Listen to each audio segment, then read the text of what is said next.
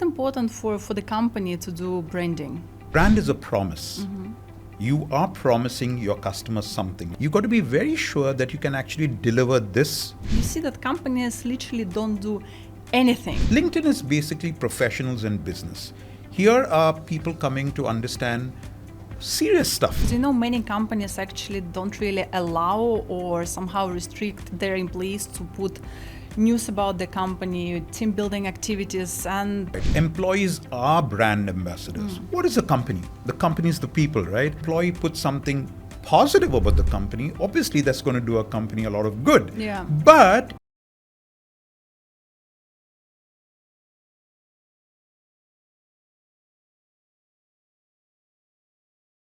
So, welcome to the Employee Happiness Podcast, and today I have a very special guest with me, Jeevan Demela. And I've known Jeevan Demela for so many years, and I'm so excited to actually have an interesting and exciting conversation with him today. Jeevan is a CEO of Zenesis Corporations. He is also author of several books, and I think in different languages as well. He's professor in a few universities, and he has been with Employee Happiness Awards for the last 3 years, and recently he joined us as a consultant and an advisory board member at WOW Workplaces certification. Welcome, Jeevan, and I'm really looking to this conversation with you today. thank you very much for inviting me, Kate. It's really an honor for me to be here. So in today's podcast, I want to talk about branding, and it's going to be about company branding and also employee branding, and I know you're an expert in that. And I've attended a lot of trainings with you over the last decade, but I think one training specifically stuck with me, and until now I still remember a lot of bits and pieces from the training, and it was about employee and company branding. Tell me, why is it important for the company to do branding? Well, branding is extremely important, not only for the company, for the person as well. But what is a brand?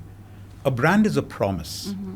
You are promising your customers something. If you're a company, you're promising that this product or this service is going to do what you promise it's going to do, or deliver what it's promised it's going to deliver.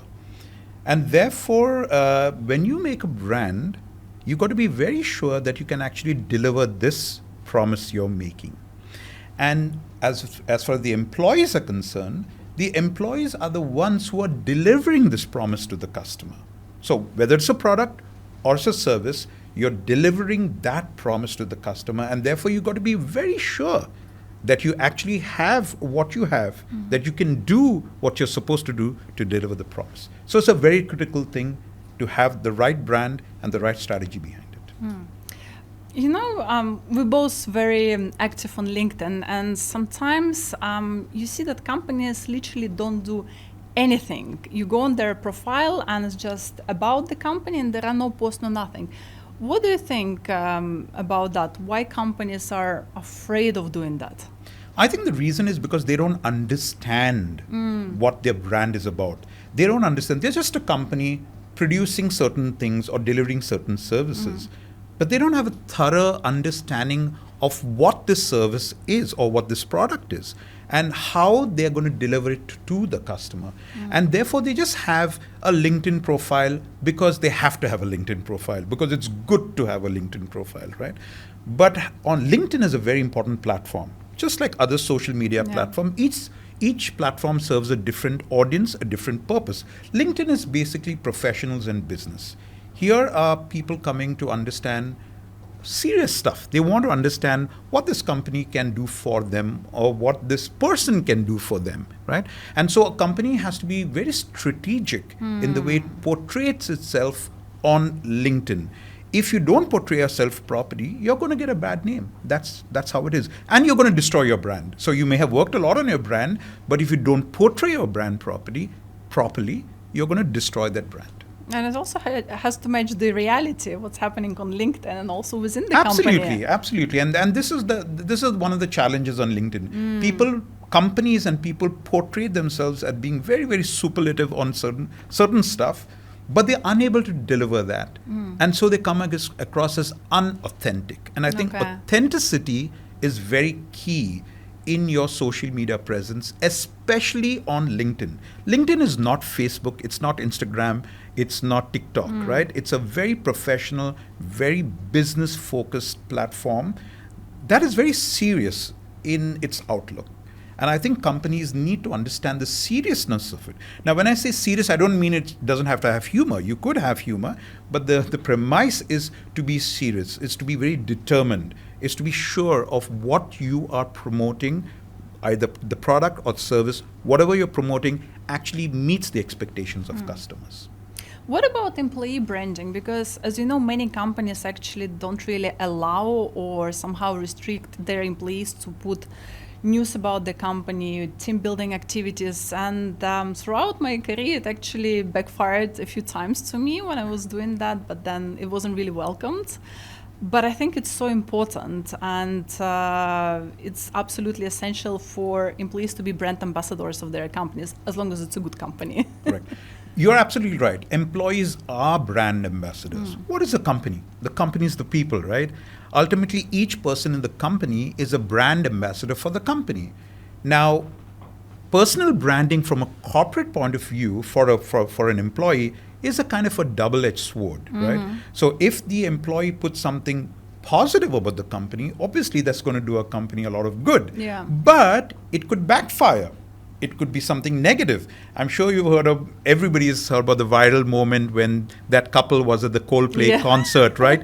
The CEO and his head of HR were caught in a very compromising position at that point of time. Now, a very innocent thing like that has had very detrimental effect on the brand of the company. They became a laughing stock. But it has serious implications. So, of course, they didn't do it on purpose. They were caught out. But what I'm trying to say, this is a good way of showing that employees represent the brand. And whatever the employee does, good or bad, will have either a positive or negative effect on a brand. And therefore, we have to be very careful. The company has to be careful. The employees have to be careful. Yeah. What do you think are three main mistakes that company do when it comes to branding?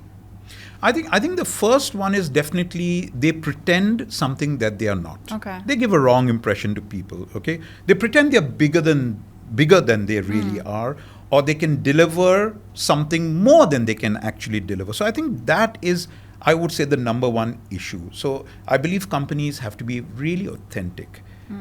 This is in today's world, it's very easy to figure out if somebody is doing something wrong. It's not like the old days that the companies were really out there and we are down here. We have no idea. We have no visibility of the company. Today we have the visibility. I can research on Google. I can use ChatGPT or Gemini. I can find out everything about the company. And therefore, I can find out if the company is authentic or not. So that, I would say, is the number one issues that companies have with respect to branding, especially on social media.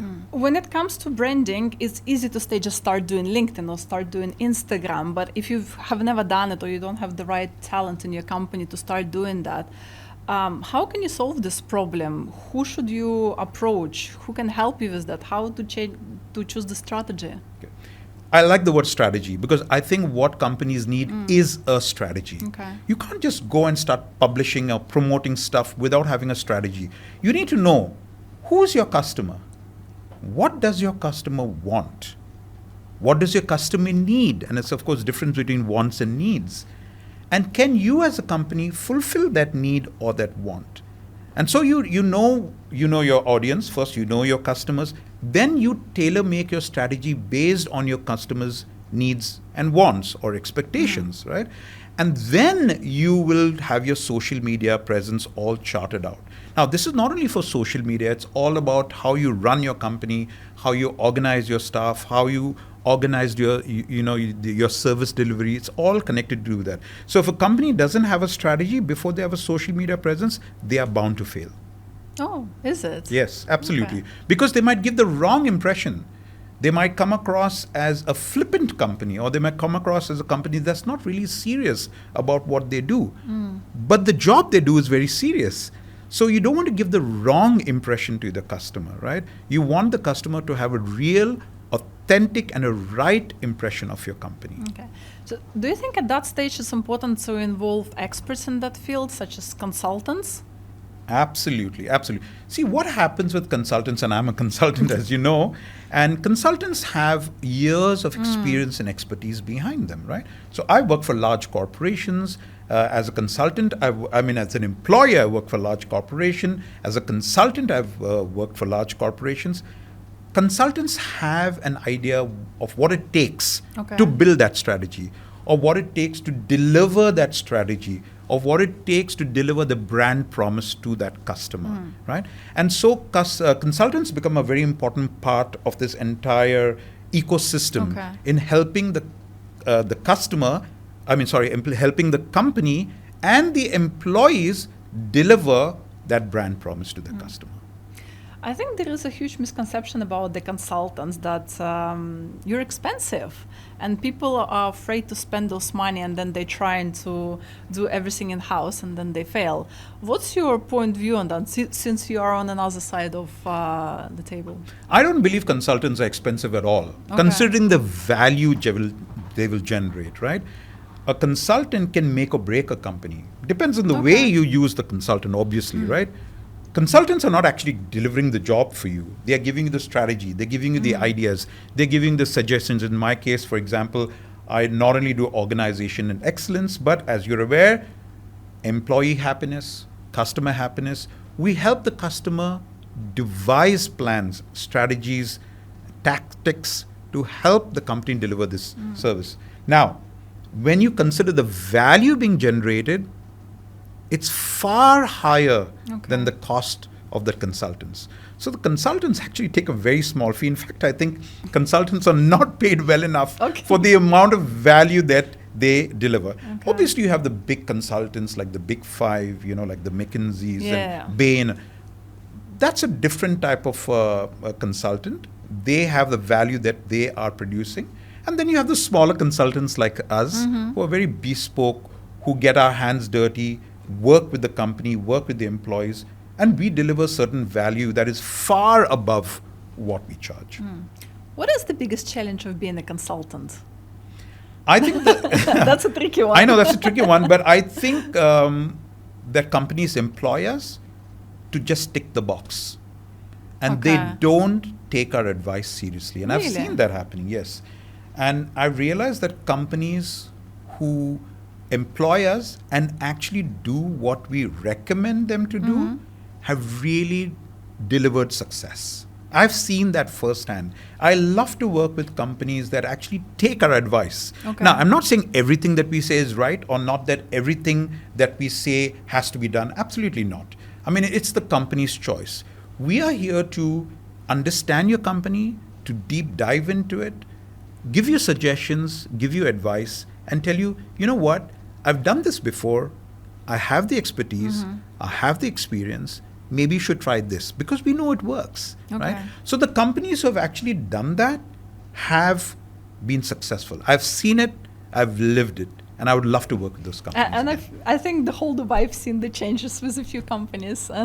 Fortunately, can't say the name, but the job has been done very well. And another reason for us is we want those companies to be successful. Of course. Why we want those companies to be successful? Of course, for themselves as the company, for us to feel good about what we do, but very importantly, those companies tell other companies about us, and then other companies employ us, right? So nothing succeeds like success. So we want to be successful. We want to make that company successful. And both the successes together gives us more success. What about newcomers? And I'm talking about the companies, those who come to Dubai and want to set up a company. Where should they start? Tell me more about it from the point of view of a consultant. How can you help companies to set up a business in UAE? Sure. So as part of what we do in Zenesis Corporation, we actually help entrepreneurs set up business. So we help them get a trade license. We help them find the right free zone that they can have businesses in. We, in fact, help them set up their office, employ their staff, give them entire strategy for them to get the job done. Before anyone comes to set up a company, they should ask themselves this question: why are they setting up the company? What's the reason they're setting up the company? Are they coming to Dubai because they just want to come to Dubai and have a great lifestyle? And it is a great lifestyle, there's no doubt about it, right? But more importantly, again, what product or service they're coming to deliver here in this emirate or in this country, the UAE. Once they figure out that, then they have to figure out which free zone they want to belong to. If they want to belong to a free zone, or they can belong to the Dubai mainland, as we call it, right? So there are various type of licenses available to many different companies. And we have specific licenses that specific free zones offer. So they can offer you a license, they can offer you an office, premises where you can operate from. Some of them don't even require an office premises. And some licenses give you a visa, multiple visas, or even no visa. So it really depends on what you want to do. If you're here to set up a big enterprise, maybe certain free zones or Dubai mainland may be suitable. If you're just a solopreneur, you just want a freelance visa, that's also possible. So that's where we guide people. We try to understand what they want to do, and then we suggest them what they can do. From your experience, what are the biggest mistakes that companies do when they come to Dubai and they fail? Yeah, so they come with no strategy, Okay. right? They absolutely no strategy. They're not quite sure what they're doing, fooled into thinking that they just come to Dubai and they just strike gold and everything happens. I tell people, don't go by Instagram, right? I've seen a lot of Instagram influencers driving Rolls Royces, Bugattis, living in mansions. It's not really true in all accounts. Yeah, maybe a few of them are that rich and maybe a few of them can afford that lifestyle, but not everybody. So don't go away by what you see on the internet, right? Understand, do your research. There's a lot of research available. You can do your research on Google, you can go to AI, ChatGPT, Gemini, Grok, wherever you want to, or you can come to consultants like us, right? We will give you the real picture. We've been here for many years. I've lived here myself for 26 years, right? Dubai is my home. So you come to people like us who can guide you, who are there with you throughout your journey, and then can actually help you reach the goal that you've set for yourself. So it's not that easy as many people think. No, it's not that easy. I mean, I'm not saying starting a business in Dubai is not easy. It is easy to set up. In comparison to many other countries, yes, it it's is. very easy to set up. But it's setting up the right business is what matters, right? There's no point of just setting up a business, spending all your money, and then realizing that, hey, you can't really run your business. You are not equipped to run your business. That's where we consultants come in. We will guide you through your journey. We'll understand your ultimate goal. We'll help you set up your business, help you recruit the right type of people, put an organization to place so that you can actually do what you're good in doing. I want to talk about the training part, employee training part. It's a topic that's very close to my heart because education has been a very important part of my career, and you've been an important part of that because of attending a lot of trainings with you. And a lot of companies don't even pay attention to that part, and I've seen it myself, how many mistakes employees can make, what mistakes they do, and how much it costs to the company. You've been an instructor for so many years. How can you encourage companies to actually invest in education? I think continuing education is so very critical to every company. Richard Branson of Virgin, as you know, he said something very nice, which I really love, and it's always there on Instagram. He says, the question was, what happens if you train people and they leave your company? And he says, and what happens if you don't train them and they stay? Do you really want people to work for your company who don't have the knowledge or the expertise in the business that they're working in? You need people to understand not what was happening 10 or 20 years ago. You got to understand the trends of today. We are in a very fast-paced environment, especially in Dubai, very fast-paced. Things are changing by the day, by the hour. There's new technologies every day. There's a new requirement, different generations. My generation is very different from your generation, very different from my kids' generation. And when their kids are born eventually, it'll be a completely different generation. We can't run today's world with old ideas. The only way that this is going to change is by continuing education. Now, I'm not saying every education has to be face-to-face. Today we have opportunities. We have online education. We have education that is self-paced education. We have long distance delivered, and there are so many what we call blended education. There are so many ways that you can train your staff, but not training your staff, that's not acceptable. I think the main issue, what I've noticed throughout my career, is that it's very hard for junior staff to pay for certain education, especially if it's very skilled education and very specific to the specific industry. So I think that's one of the main roadblocks that companies or employees experience. So companies should really consider that as part of their strategy. But I've been in so many situations when I ask for training and it's been months and months, and then it comes to years that companies say it's with the board approval, it's with management, and then you just get so frustrated with the whole situation. Again, because companies have this misunderstanding of what this training is about. They think that training is only developing the individual. It's not that way. Yes, you are developing the individual, but that individual is working for you, for your company. So that knowledge that is being transferred by experts gets transferred back to the company through those employees, right? I was very grateful for the company that I worked for many years ago when I was in Dubai. They paid for my education. But while they paid for my education, I gave them, and I remember the CEO and the chairman telling me that you've given back 100 times more than we've actually spent on your education. And I believe the company was better off. And this is not me saying, it's the leaders of the company saying that we are better off today because of what you have taught us. But how did I learn that, right?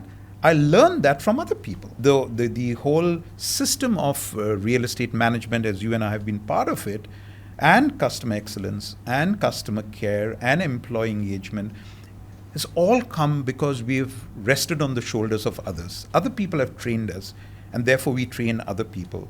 And those people internally train the people in their own companies. So I think companies should really look at this in a very different way. They must have a learning and development budget. We used to call it training before, but now we call it learning development. They must have an adequate budget. That's not for a short while. It's not you train somebody just for a day. It's what we call continuing education. It's continuous growth. It's continuous improvement. Okay. A tricky one. How many awards do you have? I don't believe I have enough, but my wife thinks I've got more than enough. I know, but is there a number to that? I know you have multiple awards for your company, for yourself, but approximately. I think there are more than 100 awards right now. Really? Yes. Oh my God. If I consider from right from my university days, not just my working life, because I was an award winner back from my university days. Yeah, so definitely more than that. What was the most memorable, if you have to pick one? Well, actually, I got a lot of awards on my art. So I was an artist, and I won several awards in my sketching, painting, drawing, sculpture. I would love to see that. I know, very few people know. Not the award, but the painting. So very few people know that about me, but I was one of the top prize winners back home when I was studying, both in my school and in university. And in fact, I got some of the biggest awards that the university could have. So I was known as the prize winner in my university. So they would send me for every competition. And I believe these awards are important. I mean, the awards are not just there to make you feel good, and believe you me, they give you the confidence, right? When you win an award, you get the confidence like nothing else, right? But awards also are a testament of your work, right?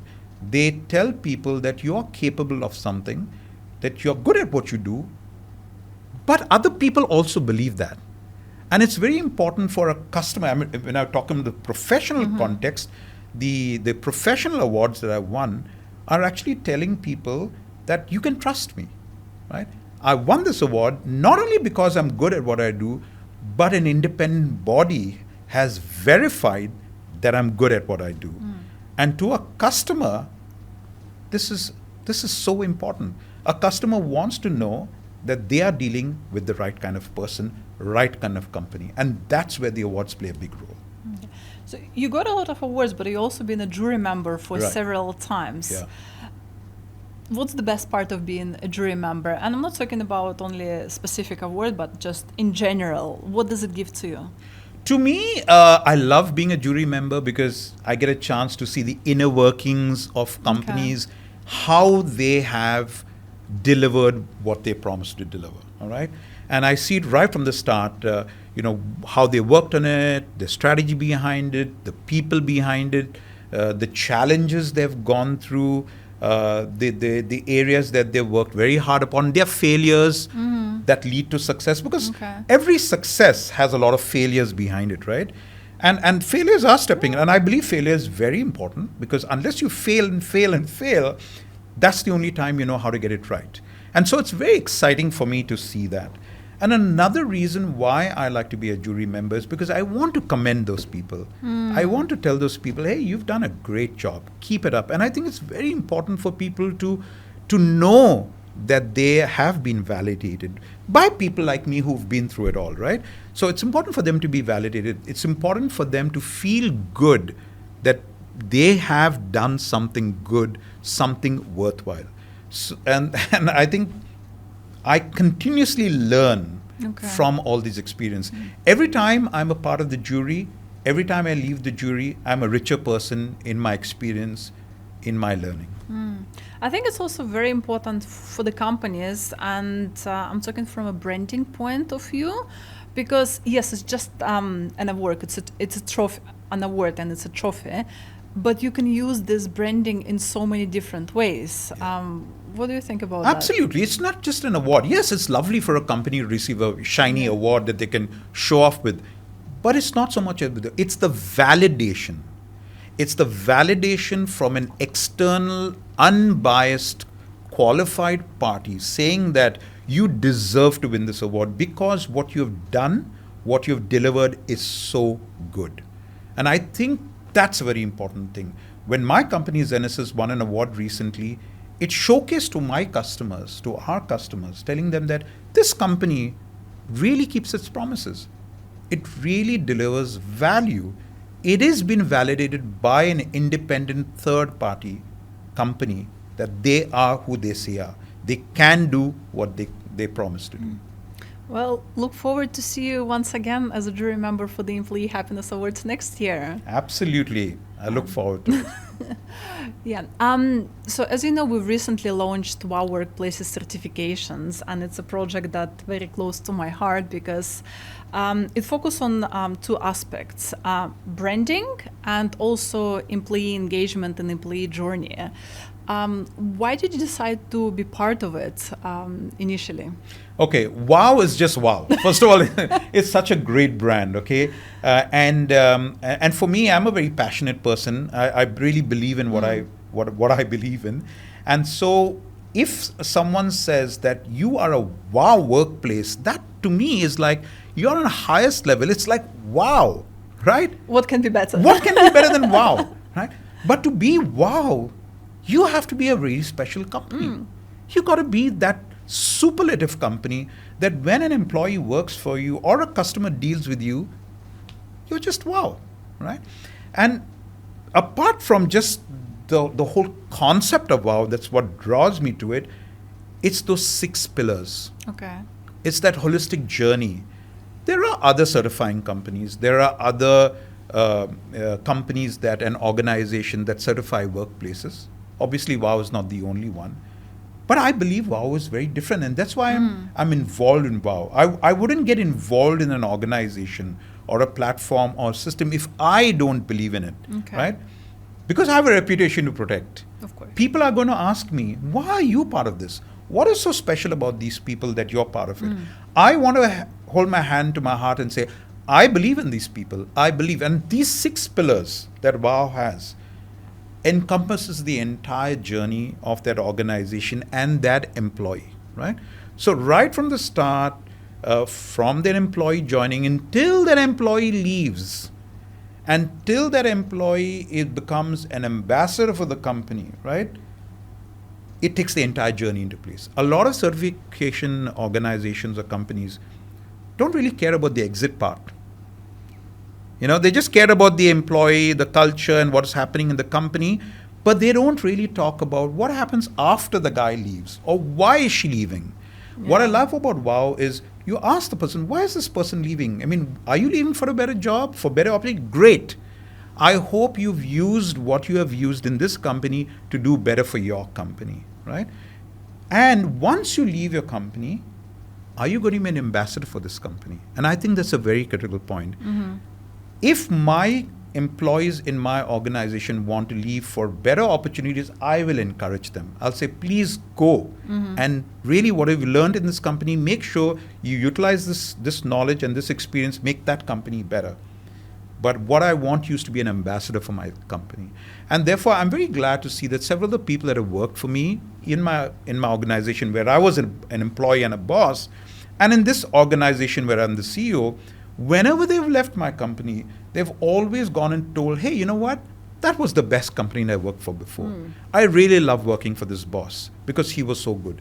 That's what we want people to do. And I believe WOW really goes into all these kind of things. So when people come for the WOW certification, they're not just coming to get a certificate or a trophy. They're coming to learn. Yes. They're coming to understand, right? And we as consultants and auditors, when we actually go and audit or certify a company, we're actually going and checking those gaps that exist. And we're guiding those companies to achieve that status of WOW. That's why I'm so passionate about it. And we're also trying to create a community. It's not about just getting the certificate and then see you next year at the renewal. It's about continuous work together. Correct. Because we can offer so much from our side, an exposure to the company, branding, invitation to different events, and also training opportunities through your consultancy service. So I think the main aim is actually creating a community, creating an environment where companies can learn, and they can probably learn from each other as well. Absolutely. And I'm very clear about the fact, WOW is just not a certificate. WOW is a way of life for a corporate. That's the way I approach it. So if any company wants to obtain and earn the WOW certification, it's just not a certificate or it's just not an award. It's how they are going to run their company to make sure that every employee comes and says, wow, I want to work for this company. I want to deliver what the company promises. I want to make sure that my customer is going to be extremely happy with what I deliver to them.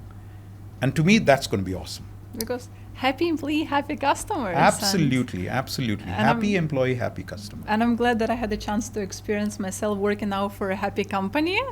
I can see how it translates into your life. Yes. When you work for a company where you're just miserable, don't want to go on Monday morning to the office, and when you work for a completely different company, it reflects on even Google reviews. Absolutely. You want to be proud of working for that company. You want people to say good things about your company, right? And this is a very contagious thing. When you are happy working with a company, you are going to say positive stuff for the company. You're not saying positive stuff just to please your boss or please your company. You're saying positive stuff because you really believe in it. And that translates to different people. When people believe you're passionate about what you do, about the company you work for, they trust the company. It's a win-win situation. It's a win for the company. It's the win for the employee. It's a win for the industry. And everybody it comes wins. naturally. And it should come naturally, absolutely. Yeah. Thank you so much for this insightful conversation. I hope our audience will learn something interesting, and looking forward to see you at our next event. Thank you so much, Kate. I really enjoyed speaking to you, and I really appreciate you welcoming me here, and we're having this wonderful conversation, and I'm sure there are going to be more ahead. Of course. Thank you. Thank you.